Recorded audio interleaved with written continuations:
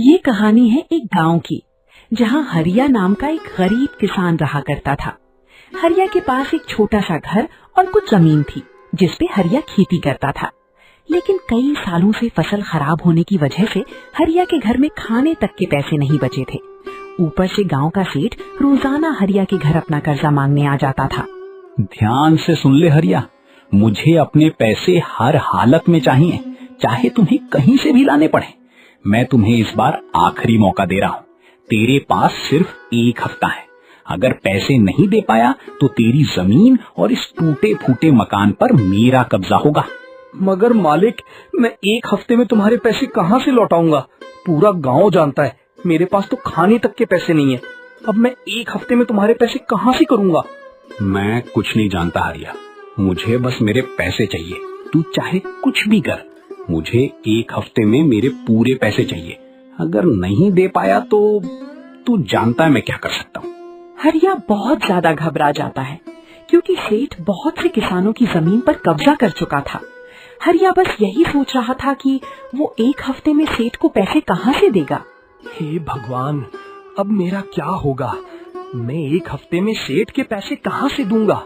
मेरे पास इस टूटी झोपड़ी और थोड़ी जमीन के अलावा है ही क्या? अब खेती से कुछ नहीं होने वाला।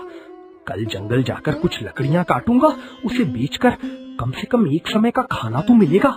हरिया सुबह होते ही अपनी कुल्हाड़ी उठाता है और जंगल की तरफ चल देता है। सुबह से शाम हो जाती है।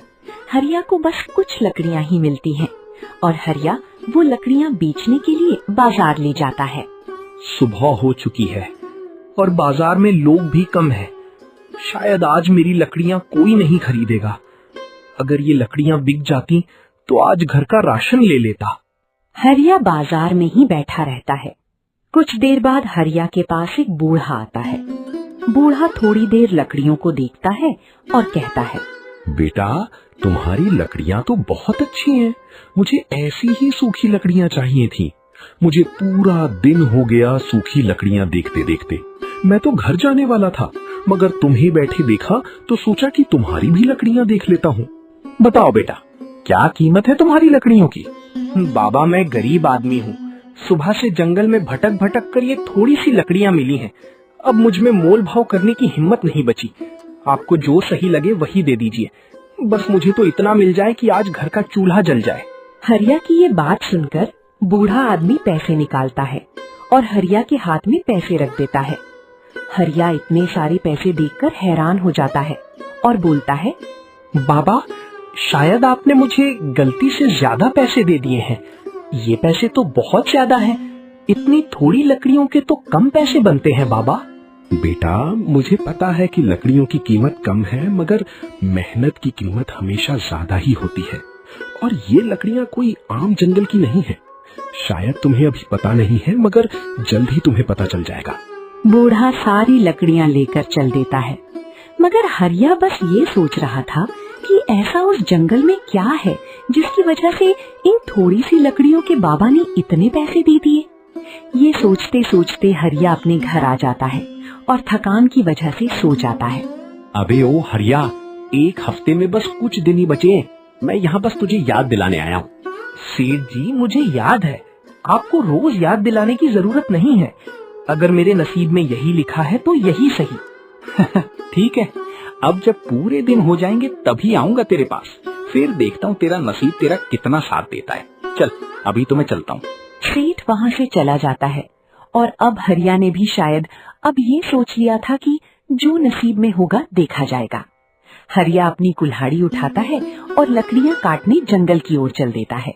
हे भगवान, आज तो कल से भी कम लकड़ियां मिली हैं। इतनी सी लकड़ियों के पैसे से तो एक वक्त का राशन भी नहीं आएगा। आज ऐसा करता हूँ, रात तक लकड़ियां काटूंगा। कल सुबह होते ही सारी लकड़ियां बेच आऊंगा। सुबह होने वाली थी और हरिया एक पेड़ के नीचे आराम कर रहा था। तभी अचानक हरिया की नजर सामने वाले पेड़ पर पड़ती है, जिसकी लकड़ियां ऐसा लग रहा था जैसे चमक रही हों। अरे बाप रे बाप, क्या रात भर काम करके मेरी आंखें धोखा तो नहीं खा रही हैं? ये पेड़ मुझे जादुई लग रहा है, जो इतनी रात में भी सोने की तरह चमक रहा है। मैं ऐसा करता हूँ, इस पेड़ की लकड़ियाँ काट लेता हूँ, बाजार में अच्छा दाम मिलेगा। हरिया कुल्हाड़ी उठाता है और पेड़ की तरफ चल देता है, और जैसे ही कुल्हाड़ी पेड़ पर मारता है तो पेड़ से एक आवाज आती है, नहीं, मुझे मत काटो हरिया, मैंने तुम्हारा क्या बिगाड़ा है? सालों से मैं इस जंगल में हूँ, आज तक मैंने किसी का बुरा नहीं किया और न किसी को नुकसान पहुँचाया। ये कैसे हो सकता है? क्या तुम सच में बोल सकते हो? मैंने तो आज तक सिर्फ कहानियों में सुना था कि जंगल में जादुई पेड़ होते हैं, मगर कभी सोचा नहीं था कि सच में देख पाऊंगा। वैसे ये बताओ, तुम्हें मेरा नाम कैसे पता है? मैं तुम्हारा नाम इसलिए जानता हूँ हरिया, क्योंकि इस जंगल में आने वाला हर इंसान अपनी पहचान छुपा सकता है, मगर साफ दिल वाले की पहचान मैं देखते ही कर लेता हूँ। सालों से यहाँ कितने लोग सोने की तलाश में आए, मगर लालच में सब मारे गए। क्या तुम सच बोल रहे हो? अगर मैं सच बताऊं तो मैं भी यहाँ लकड़ियों के लालच में ही आया हूँ। यहाँ मुझे अच्छी लकड़ियाँ मिली, जिसके दाम भी अच्छे मिले, इसी वजह से मैं यहाँ दोबारा आया हूँ। क्या अब मैं भी मारा जाऊंगा? नहीं हरिया, ये कोई लालच नहीं है, तुम तो बस मेहनत कर रहे हो, और जो इंसान मेहनती होता है उसका साथ भगवान भी देता है। तुम्हें घबराने की बिल्कुल जरूरत नहीं है। बहुत बहुत धन्यवाद। वैसे सुबह होने वाली है और मुझे बाजार भी जाना है इन लकड़ियों को बेचने के लिए, क्योंकि अगर आज ये लकड़ियां नहीं बिकी तो घर में राशन भी नहीं आएगा, इसलिए मुझे जाना होगा। हरिया, धन्यवाद तुम मुझे तुम्हारा करना चाहिए कि तुमने मुझे नहीं काटा, वरना सोने का पेड़ देखकर तो किसी भी इंसान के मन में लालच आ जाता है, मगर तुमने लालच नहीं किया, इसलिए ये छोटा सा उपहार मेरी तरफ से तुम्हारे लिए है। इसे बेचकर तुम अपना कर्जा निपटा लेना। सच में आज मुझे यकीन हो गया कि भगवान उसकी मदद जरूर करता है जो सच्चे रास्ते पर चलता है। भगवान तेरा लाख लाख धन्यवाद। अच्छा, अब मैं चलता हूँ। हरिया अपनी लकड़ियों का गट्ठर और पेड़ का दिया हुआ उपहार लेकर बाजार की ओर चल देता है, और सारी लकड़ियां बेचने के बाद हरिया सीधे सेठ के घर चला जाता है। सेठ जी, राम राम। इतनी रात में आने के लिए क्षमा मांगता हूँ, मगर क्या करूँ, बात ही कुछ ऐसी है। अरे हरिया, तू तो 2 दिन पहले ही आ गया। चल ठीक किया तूने, आ गया जल्दी। ला दिखा क्या लाया है। वैसे मुझे पता है घर और जमीन के पेपर ही लाया होगा। सेठ जी, ना मेरे पास पैसा है और ना ही घर और जमीन के पेपर। अबे तो यहाँ क्यों आया है मूर्ख? ऐसा तो नहीं है कि तू मुझसे और समय मांगने आया है। अगर ऐसा है तो चुपचाप निकल जा मेरे घर से। नहीं सेठ जी, मैं आपसे और समय मांगने नहीं आया हूँ, मगर मैं एक चीज ऐसी लाया हूँ जिससे कि मेरा सारा कर्जा साफ हो जाएगा। ओहो, क्या बात है बेटा। अगर ऐसी बात है तो दिखा, मैं भी तो देखूं ऐसी कौन सी चीज है तेरे पास। हरिया वो सोने की पत्तियां सेठ के हाथों में दे देता है, जिसे देखकर सेठ के होश उड़ जाते हैं और सेठ हरिया से बोलता है, अरे वाह, ये तो खरे सोने की पत्तियां हैं।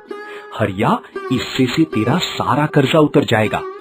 मगर हरिया ये बता, ये सोने की पत्तियां तुझे मिली कहाँ से? कहीं तूने कहीं से चोरी तो नहीं की है? हरिया का दिल साफ था, इसलिए हरिया सेठ को सारी बातें साफ साफ बता देता है। ये सुनकर सेठ के अंदर लालच आ जाता है और सेठ बोलता है, ठीक है हरिया, आज से तेरा सारा कर्जा साफ है, मगर हरिया इस बारे में किसी को बताना नहीं। ठीक है सेठ जी, मैं ये बात किसी को नहीं बताऊंगा। मुझे तो बस अपना कर्जा उतारना था, मुझे लोगों से क्या मतलब। हरिया सारा कर्जा माफ कराने के बाद घर चला जाता है, मगर सेठ के दिमाग में कुछ और ही चल रहा था, और सेठ रात होते ही उस जंगल में पहुंच जाता है। थोड़ा ढूंढने पर सेठ को पेड़ दिख जाता है और सेठ बोलता है, आज तो ये पूरा पेड़ काटकर घर ले जाऊंगा और फिर गांव का सबसे अमीर आदमी मैं ही कहलाऊंगा। तुम यहाँ सोने के लालच में आए हो, और जो लालच में इस जंगल में आता है उसे अपनी जान से हाथ धोना पड़ता है।